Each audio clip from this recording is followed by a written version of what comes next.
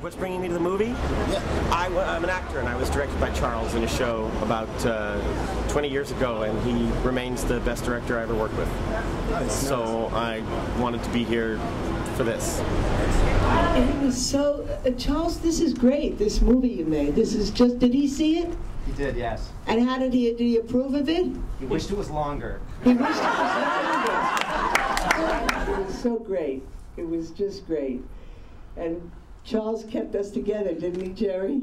We had a big fight, Jerry and me. I threw a chair at Jerry. I forget what it was, but it was sordid. Go ahead. We knew him when we were in class together, and I remember Charles and myself having to audition for a woman who was very well known in theater named Meara.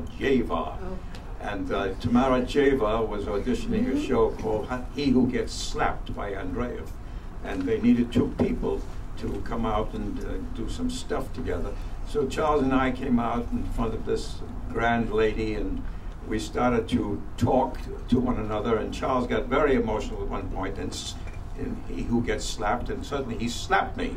And then I slapped him back, and suddenly his glasses fell to the floor, and he says, "Oh, my glasses, look what you've done, you silly trip!" So I said, "Thank you very much, both of you." Went out on the street, and all I knew at that moment is I'm going to have to pay for Charles's glasses. But I'm also looking at, right here, sitting here, is Patricia O'Connell. Patricia, would you stand up for a minute? One of Charlie's very dear friend. Great actors.